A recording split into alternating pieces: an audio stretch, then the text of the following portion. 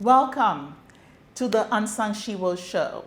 My name is Irma Wilson. I am a life coach. I help people leap, living your life purposefully.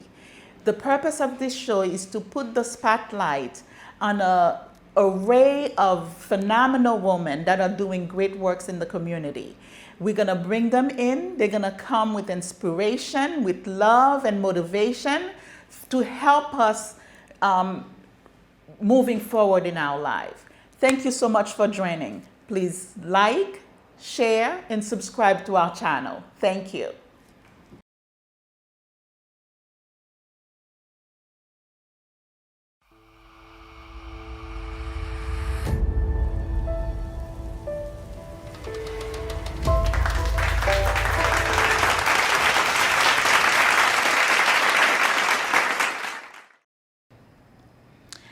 Our guest today is an immigrant. She was abandoned. She's a victim of molestation, a teenage mother. She was poor.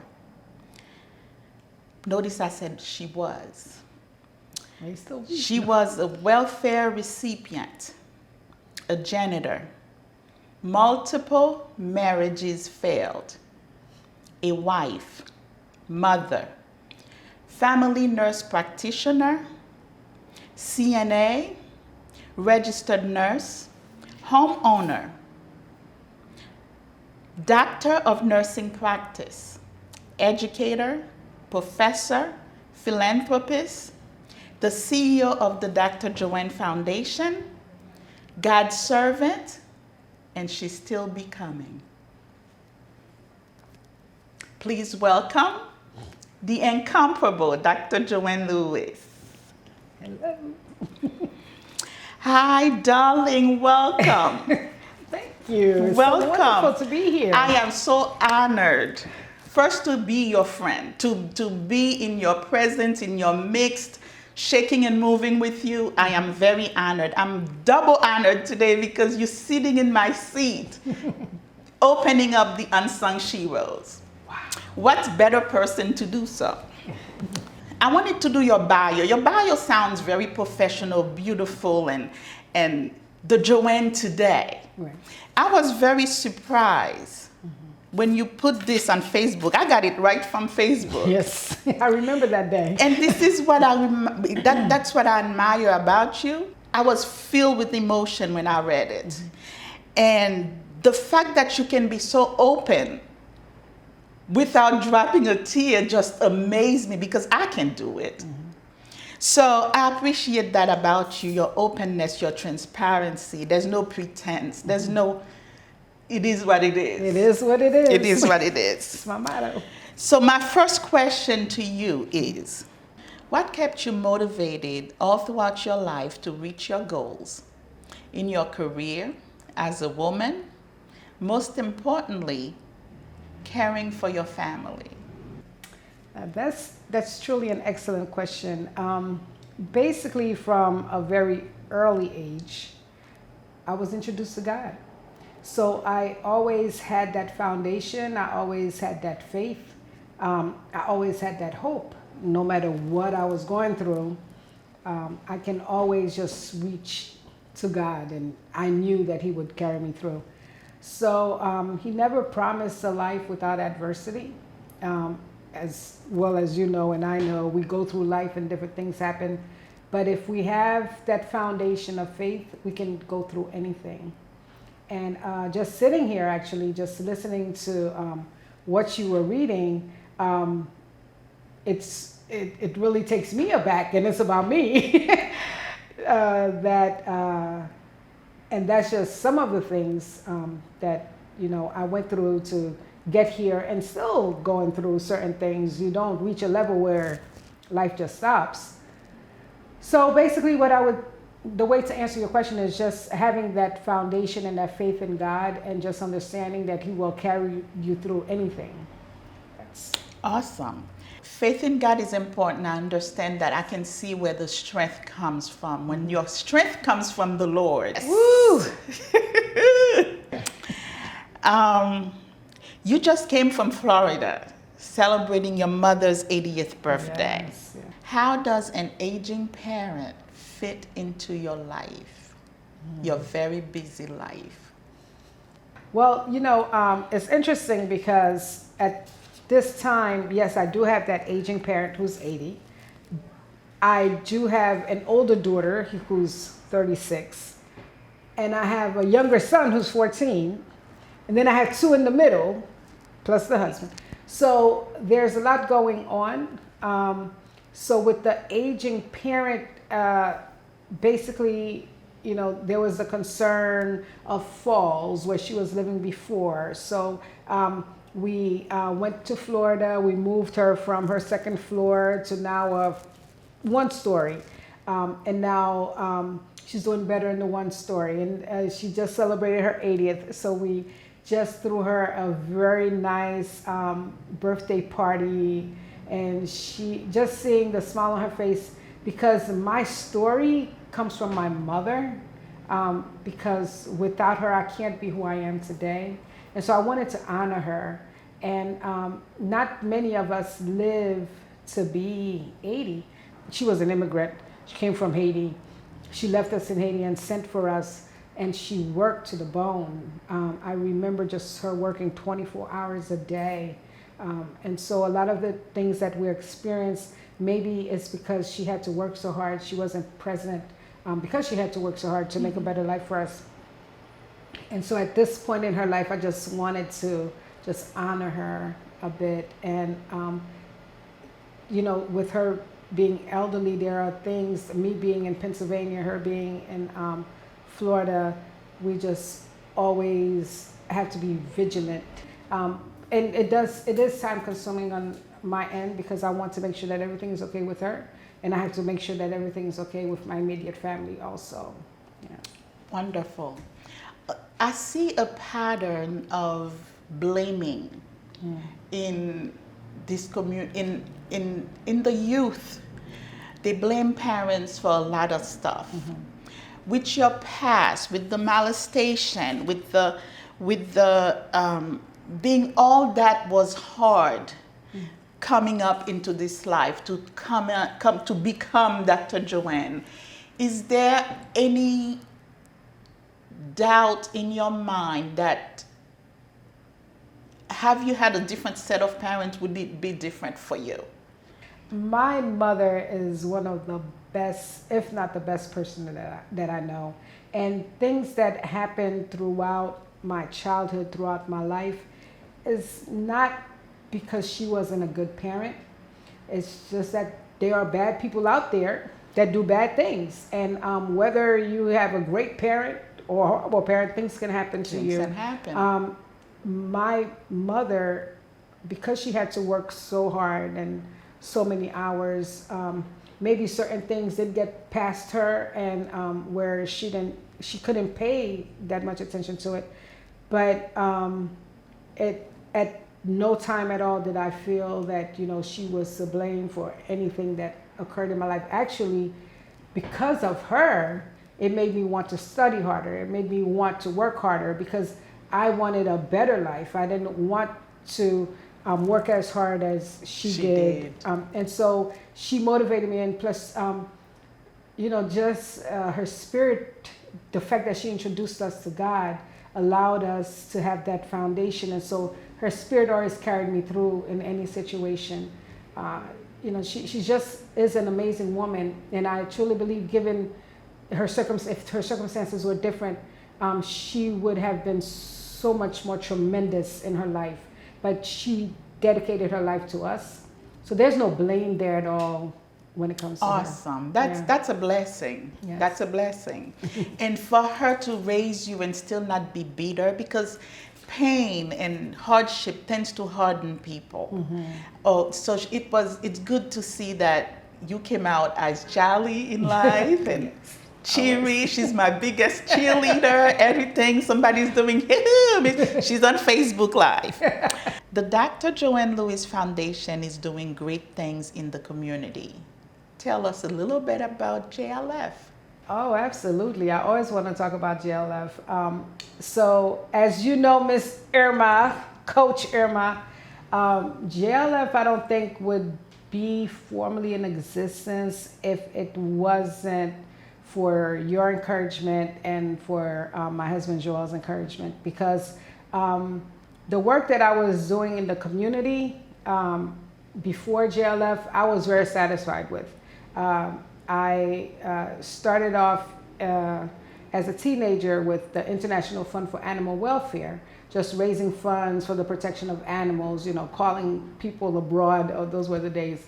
And then that moved on with some volunteering throughout my teenage years into college. And then once I started working at Penn, I really became involved with Penn Medicine Cares, which is their employee volunteer program. Mm-hmm. So we would set up wellness fairs all throughout the city. So that was wonderful. And so that started with me just starting wellness fairs at the church at First Station. Which is where I met you. Yes, which is where yes. we met. And I think the first great event that we did together, Penn Medicine was a sponsor, so they continued to support things that we were doing in the community. So helping the homeless, feeding the homeless. So those are going great. Volunteered for Vermont's Foundation with their building their elderly home in Haiti. So I had my hands in a lot of different things. And I remember the conversation with you and Joelle stating, well, why don't you just formalize this? You know, you're doing so much. Why don't you just formalize it? You can help a lot many people all over the world. Well, listening to you birth the Dr. Joanne Lewis Foundation, also known as JLF. And it's a nonprofit to serve the underserved. And we serve the underserved in Haiti and in the United States. So as you know, in Haiti, we have our Haiti Educational Initiative, and where we support the education of about 40 students, but we feed the entire school. So over 90 students benefit from this program. And they are doing just phenomenally great, except right now the chaos in Haiti. So it's hard for them to get to the school, but otherwise they just very grateful, beautiful children. In the United States, we have the JLF Closet that provides food and clothing and toiletries to the homeless. We also do wellness programs throughout the city. And we also have Operation Connect that provides free tablets to underserved elderly. And because of the pandemic, they need this even more because of the sense of social isolation. So I do recall your mother-in-law being a recipient of one of those tablets, God bless her soul. And that helped her to connect with family members in her church. It did, yes. In fact, when she went to the hospital before she passed, that's the tablet we use to connect with different people, all her great-grandchildren. She had one that was being born. So what you do, what we do, but this is Dr. Joanne's, it's all about you today. What we do really touches, you have no idea how much it touches people's lives. And this is what inspires me to say, you know what, we don't get enough recognition. You know, the superstars, they give a big donation and the whole world understands. Oh my God, so-and-so gave, Beyonce did this. But what about Dr. Joanne, who would often comes out of her pocket to send money to Haiti for 30 kids. When we do the events, the fundraising events, we don't collect a lot of money because we have to put a whole party together. So a lot of time we have to put in the pot, and you 90% of the time, which I hate when she does, but I understand why she does it, to fund these things. So from the bottom of our heart, on behalf of the whole world, I thank you. I thank you for all that you do. We're going to spill some tea, y'all. Let me drink some tea. Let's talk about how many husbands have you had? Oh my goodness, Sister Irma. Well, we talk about multiple marriages, so we'll leave it at that. But what I do want to say about that, Elizabeth Taylor. I did take a picture. Well, a little bit less than Elizabeth, but it was interesting because I was at a family gathering over at my daughter's house, my oldest daughter. And at that gathering, she had 3. Oh my God, you didn't tell me this. See, I didn't tell you so because look, I didn't even know this was going to come about. So this is good. So I actually have a picture with them.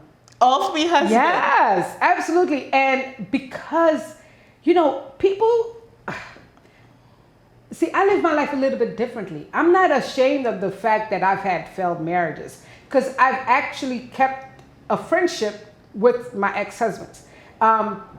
They are very significant in my lives because I have had children with them. There has no animosity. It's just that people grow apart. People, I will not stay in anything that makes me miserable. I've watched too many people be miserable. And I've watched people say, just to say that they've been married 50 years, they will stay in a toxic relationship. No, I don't, and I could be wrong about this, but I just think that life requires us not only to service others, but to service ourselves. And for me, a great service that I can do to myself is to try to be happy so that the people around me can be happy, so that my children can be happy. Your children can't be happy if they're always watching their mothers and fathers arguing and fighting and crying and crying. Now, that's not to say that, in a marriage you won't go through bad times or hardships. Of course, for better or worse, right? But there's a worse and then there's a, listen, you need to get the heck out. We will not be doing this. We're not going to do this. We're not going to do this. It was always meant for us to be friends. Let's just end it amicably and remain friends. And if it's someone else that can make you happy, then I support that. I'll even go to your next marriage. I'll support you in any way that I can, but I can't do it. And so every single experience in your life is a learning process. And so it makes you a better person for the next person. And I truly believe at this point in my life, over 50, I am at the place where I can actually deal with my current partner right now, who I believe that all of these experiences prepared me for. Intellectually, we connect, just emotionally, we connect. We do spiritually we connect, and we're always debating about different things in the Bible, and just so sometimes sexually we connect. Sexually we connect. Let's drop some tea. Let's drink some tea. I see where you're going, but no, but sometimes I guess my message to myself, and it doesn't have to be a message to anyone else, is that I don't allow myself to remain in a miserable situation just to say that I've had 10 years, that I've had 20 years, that I have, cumulatively, I have had over 40 years of experience in marriage. Well, cumulatively. And that's the whole idea. That's the whole basis of this show. Right. To take everybody's experience. Everything is not for everybody. No. So if somebody can look at, they're going through the same thing, they've gone, they're feeling, oh my God, I can't keep a marriage. Own it. That's it. Own it. We tried it. We respect each other. We separated. We still love each other. From a distance, it's all good. And marriage is not for everyone. It's not for everyone. Well, I don't know if it's marriage. I think marriage they put a lot of weight on marriage, but it's supposed to be companionship. Yes. But anywho, I want people to, that's the basis of this whole show. I want people to look at the lives of all the unsung sheroes that I'm going to have here. Mm-hmm. To look at your life and say, oh my God, it takes 12 years to become a doctor. And in the midst of becoming a doctor, she's getting married, she's having children, she's growing, unstoppable, unshakable. Well, there is something that I need to clarify. So there's a doctor being a physician, and there's having a doctorate, which is what I have. I have a doctor of nursing practice. So I'm a family nurse practitioner with a doctorate degree. And yes, it did take me a very long time to obtain that. But I want to I like to clarify the between a physician and a nurse practitioner only because research is showing that we make so much more of an impact being nurse practitioners than physicians. So, and I know the AMA is going to come after me for this one. But research is proving that, nurse practitioners provide better care. And so I am proud of being a nurse practitioner with a doctorate degree. So I'm a doctor of nursing practice. But does it take it's the same amount of time? Sure. So to be a physician? So I did 4 years baccalaureate. So that's my BSN. I did 3 years for my master's. So that's an MSN. And I did another 4 years for my doctorate, which, how many is that? 11 years? 12 years. So 11 years. But, different people take different routes. That's the route that I wanted to take because it allowed me to also be an educator of nurse practitioner students and nursing students. So there's a lot there. So I just love it. So when you were a janitor, could you even see today? Could you even? Yes. You could see it. I know you weren't expecting that answer. So the key here is to keep your vision, keep your eyes on the goal. Yeah. Well, when I was a janitor, I was young, and when I was a janitor, I was pregnant. I was a teenage mother. So people often wonder, well, could you tell that you were going to be Dr. Johanne Lewis? Yes. I knew. It was temporary. I knew from the time I was a kid that I was meant to become a doctor of some sort. And actually, my path diverged a bit because in high school, I was supposed to attend Cornell and do pre-med and become a physician. And in the 11th grade, I got pregnant. And I was at Science High School, and it was not heard of, to be so scholastically in tune and to now be a teenage mother. And my mother had me get married right away because we were in the church. So that's how the first marriage came about, not by my choice. So it was null and void already in my head. So that was up. So I was married and a teenage mother in high school. And so I thought about it. I said, well, I have to change the path that I was going to choose. Not that I was just going to stop going to school. Absolutely not. Listen, education is paramount in anyone's life, okay? And without education, I feel, and this is why the education initiative in Haiti is so important to me, because if you don't make education an importance in the youth's life, the whole country there's no hope. There's no hope. So I decided to still concentrate on finishing school. So still graduated with honors from high school, and a BSN program that normally takes 4 years to complete, I did it in 3.5 because I had that urgency now that I wanted to provide a better life for my own daughter. Child. So during the time I was pregnant was when I was the janitor. So I worked as a janitor. This is very interesting, in a Jewish camp. And it was a summer camp. So pulling the carts and cleaning the latrines and things like that. Very humbling. Very humbling. God allows you to be humbled. Oh, yes. Not a very good job at all for me to do. But you know what? It helped me. It helped with my character. The hard work, it truly, truly helped. So yes, that. And the second hardest job that I had was being a nursing assistant. Believe it or not. I was a nursing assistant. Oh my goodness. That's what convinced me I didn't want to be a nurse. Well, listen, the janitorial job and the nursing assistant job, two very important but very difficult jobs. But you make it through. You stay focused. You push through. Yeah, on what you want to accomplish in life, and that's one thing that my mother always said. Focus on finishing school. Focus on finishing school. It's funny you said that because our background, being Haitian youth in America, I didn't feel like I had the luxury of going away to college. I felt like I had to get a full-time job, which was the nursing assistant closest to become a nurse. Right. That's how we move forward. Right. Our children today have the ability to Yes. choose any college they want to go to, So amazing. and we there. Yes. Drive you up. Here's the money. Yes. Here's the food constantly.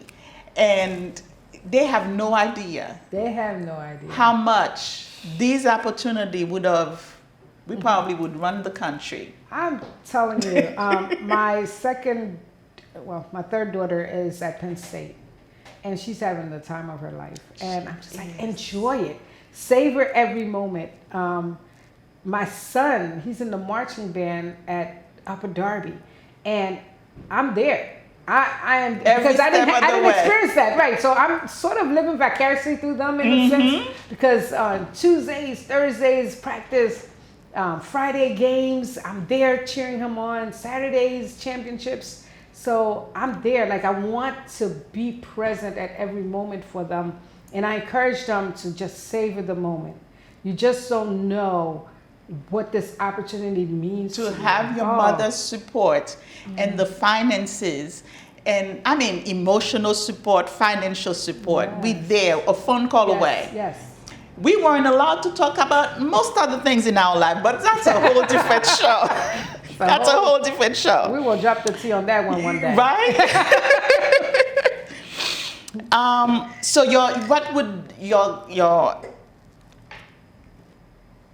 what would you tell a young person looking at your life and says, I don't see a way out? I know you touched on it a little bit with education. I don't see a way out. Well, I guess it all depends on where that person is in life. You know, why is it that they're not seeing a way out? Especially, and depending on where they are. If it's a young person in Haiti right now, listen, I feel it. I feel the desperation because they need a way out. And so this is why it's very important for us to continue to support education in Haiti, because that's their way out. If it's a young person here in the United States, what is going on around you that you can't see a way out? Because opportunities in the United States, I know people talk so bad about this country. This is an excellent country. No matter what's going on in it, it provides you the opportunity to become your best self, right? So what is it? First, you need to do a root cause analysis. So what is it? What's in the root of you not being able to see a way out? And then move it out. Move it out. And what support do you need to be put in place? Is it your environment? What's going on in your environment? There are kids going through tremendous pain and heartache, trauma that people don't know about. So you see a child failing in school, you automatically think, oh, they just don't want to work hard. That's not true. Some of them really want to work hard, but they have so many other barriers, you know. Even in the most affluential schools, now they have these gangs of kids that sort of rule the schools. So your child is afraid of going to school, and you don't even understand why. You think they're just being lazy. They don't want to get up to go to school. There are real things happening in the lives of the youth that people like you, people like me, we need to take a better look at and stop making our experiences theirs. I've seen you operate professionally, personally, spiritually, and they all kind of come together. But the question that I want to focus on this time is, relationship means a lot to you.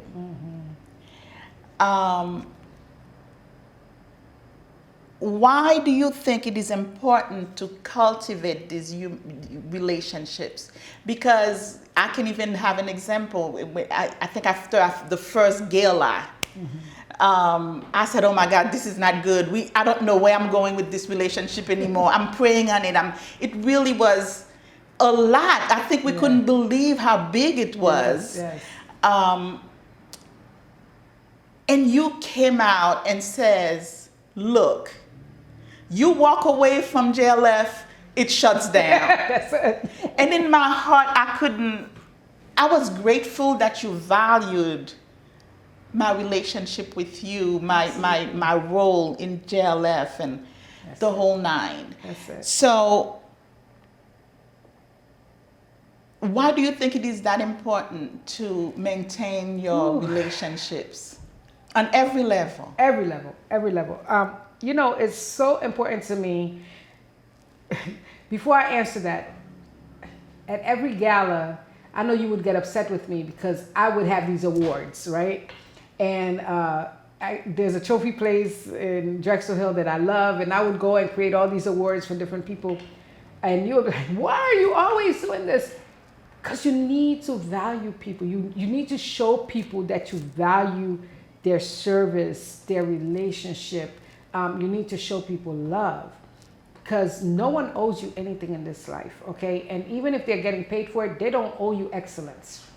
When you find people that are providing you with service, like Latif, that's excellent, and Shanae, just excellent service, you need to take the time to at least say thank you. I have to say thank you. And if there's anything else that you can do to show your appreciation, and it's not, a lot of people call it, oh, you kissing this person's butt. Where did that term come from? No, you are in a world where people are just trying to do the best that they can.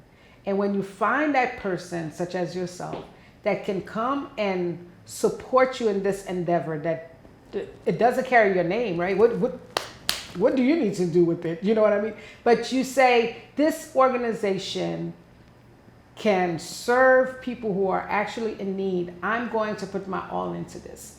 Understanding that people have different characteristics, right? And different ways that they deal with things. And so where I may be so laissez-faire about certain things, you may be like, listen, we got to do this, and that. And I'm just like, Irma, it'll be okay. You're like, this is how we balance each other. Exactly. I'm just like, girl, it'll be all right. And you're like, no, the I has to be dotted.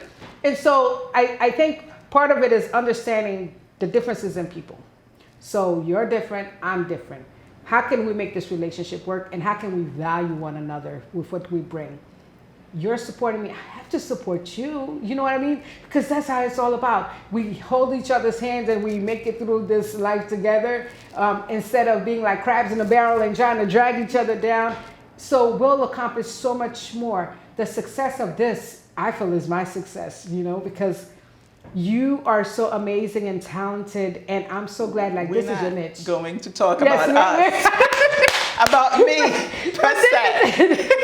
We need to talk about you if we're going to talk about our relationship or me, because what I'm doing, you have such a great impact in it. You just, so I appreciate you, my sister, and I appreciate everything that you're doing, and I love you for it. If we're talking about other relationships, we talked about the multiple marriages, but I value every single person that has come into my life. Just that we have differences that we couldn't put together, and so we go our separate ways.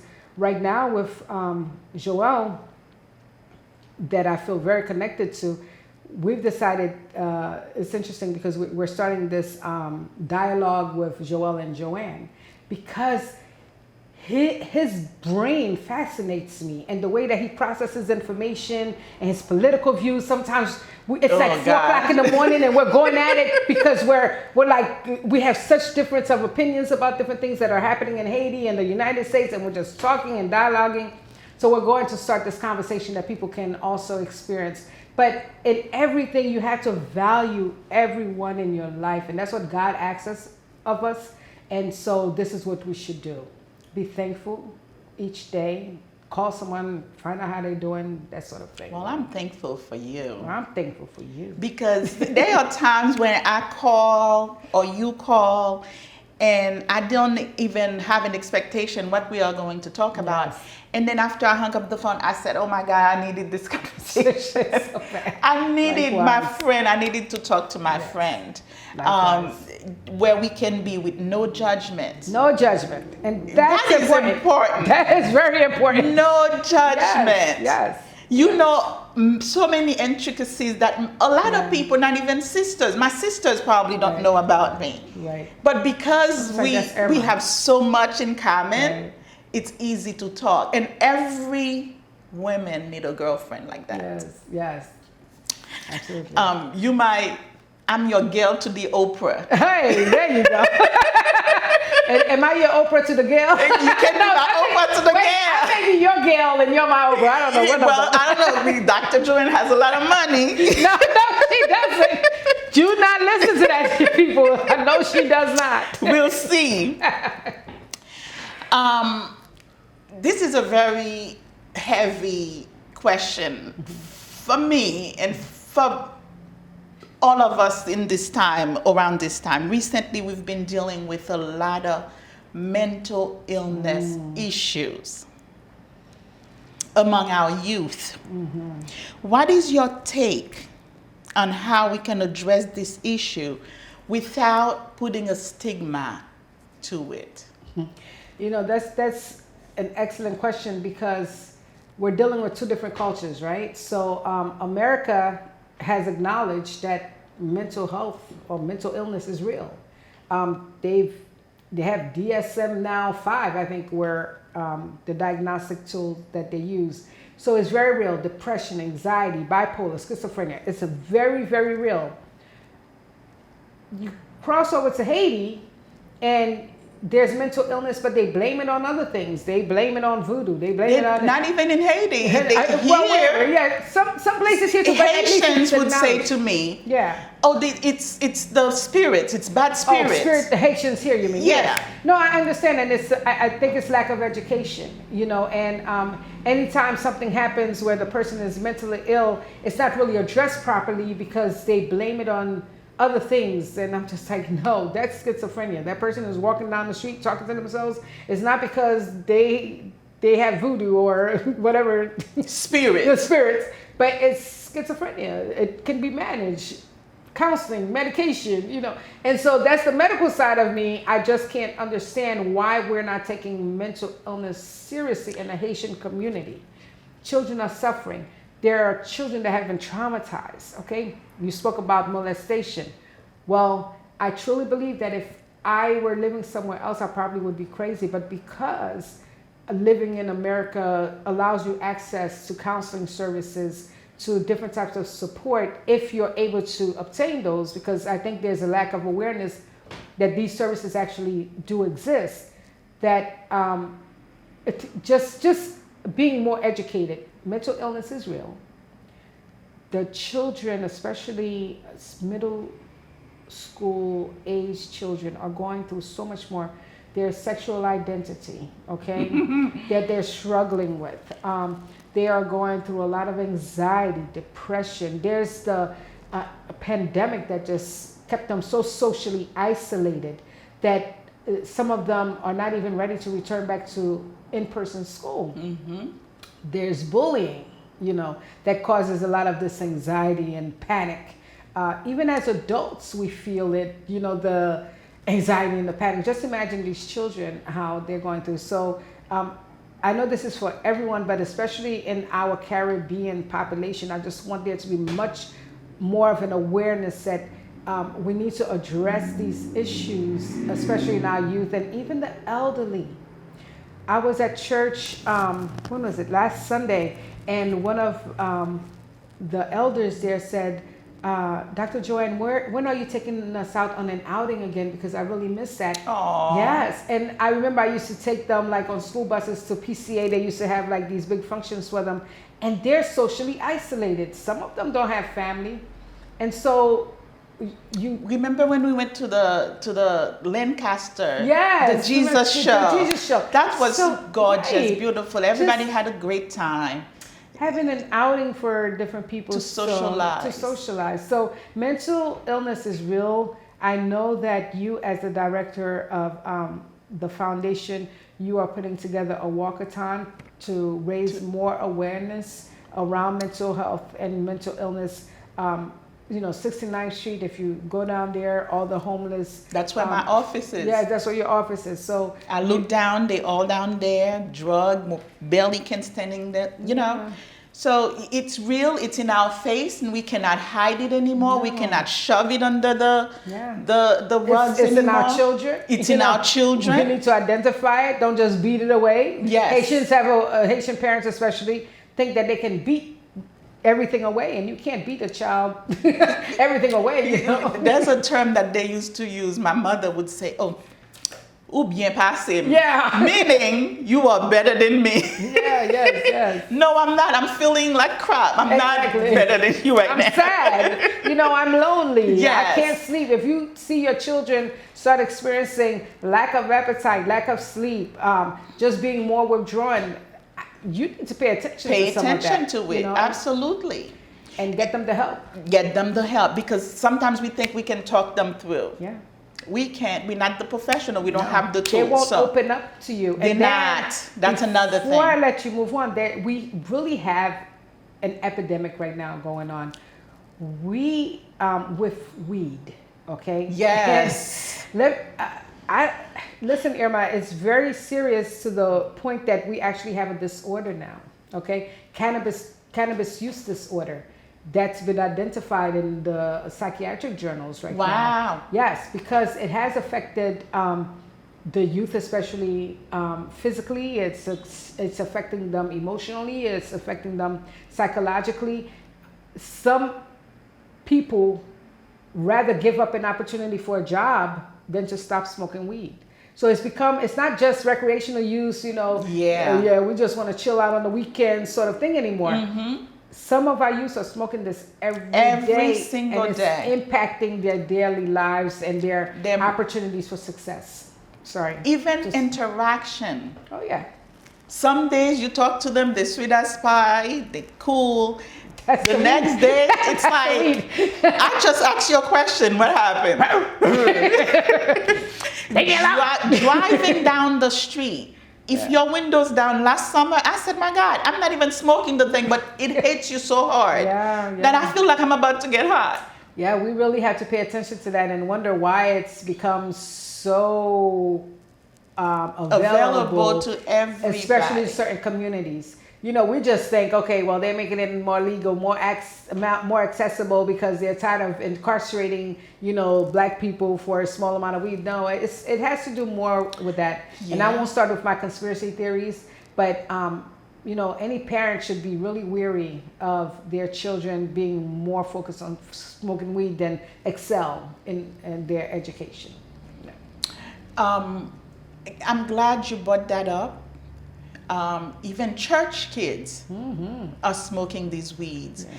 And mind you, we don't want to name names. We don't have, even our own children. My children tells me, my stories are not for you to tell. Mm-hmm. So I can speak in a general sense, but I'm not allowed to mention their names. Sure. And I have to respect that. Absolutely. My children says, I know you guys get on the phone and talk to your Dr. Johanne and Tati Natty, and please do not keep my stories. Keep my stories out of your entertainment. And a cup of tea. Out of a cup of tea.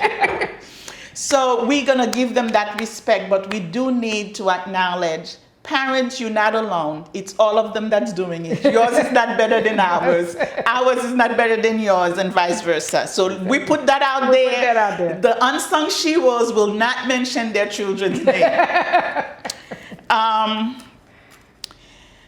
That was good. That was good. I see. I love the way you brought it in, tied up with mental illness, because some people are not even thinking that that's an issue. Well, just to add to that really briefly, K2, has caused a lot of mental illness in the youth. And what the kids don't know is that what they're smoking, what they think they're smoking may not be what they're smoking. At my job, I had one of my patients who jumped out of a 5th-story window because he thought he was smoking weed, and it was K2, which is a more potent form of weed that's mixed with other stuff. And so what you're buying may not be what you're actually inhaling. But you think you get. And these THC pens that are more accessible now, there's a lot going on with this weed that parents just really need, not just parents, but people in general, just pay more attention to the availability of everything out here.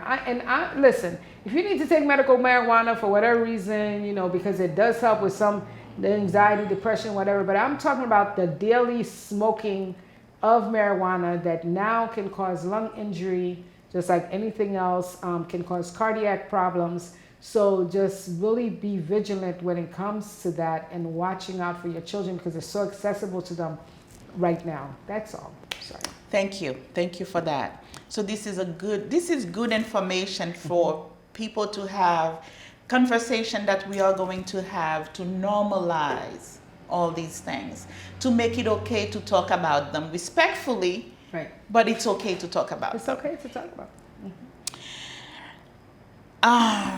So, knowing all that you know, Ugh.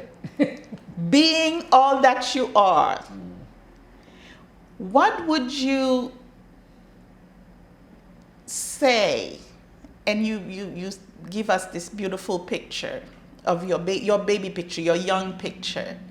What would you say to this little girl then? What advice would you have for her? What I would say to her is that you're going to be all right. You are going to be just fine. Despite all that you're going to go through, all the challenges, all the trauma, all the devastation, feeling abandoned, you're going to be okay. And I know we talk a lot about my father not being in my life. You know, I didn't know him in Haiti. When I came to this country, I was 7. So I met him maybe a few months or a year after I came to this country, and he stayed with my mother for a little bit, and then he was gone again. He was in and out, and basically I really never established a real relationship with him. But even throughout that, I always felt a little bit of resentment when it came to him, because he actually paid attention to my sister and not me. And so that little girl who's always yearning for her dad somehow is always in me a lot of times, like always wanting that relationship. But throughout that, you have to balance it out. And I know that what I would say to her is just keep focused. You're going to be okay. Education is paramount. If you just continue to concentrate on being as excellent as you can be, and whatever that you put your heart and mind to, you will accomplish. And so that's what I would say to her. Just stay focused. Lean on not to your own understanding, but truly hold on to God, and God will carry you through and hold your hand through it all. That's what I would say. Thank you. I love you, my sister. I love you too. Thank you, my darling. That, ladies and gentlemen, is why she is Dr. Johanne Lewis, is the Unsung Sheroe. Wow. Thank you. Thank you so much. And so are you. That was good. That was good. See, it's not too bad.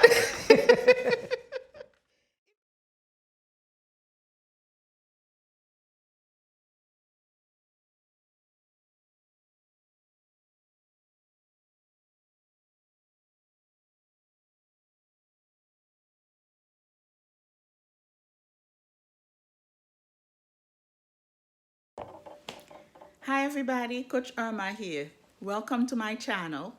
Please like, subscribe, and hit the little bell below so that you can be notified when I have new content. I'll see you soon. Thank you.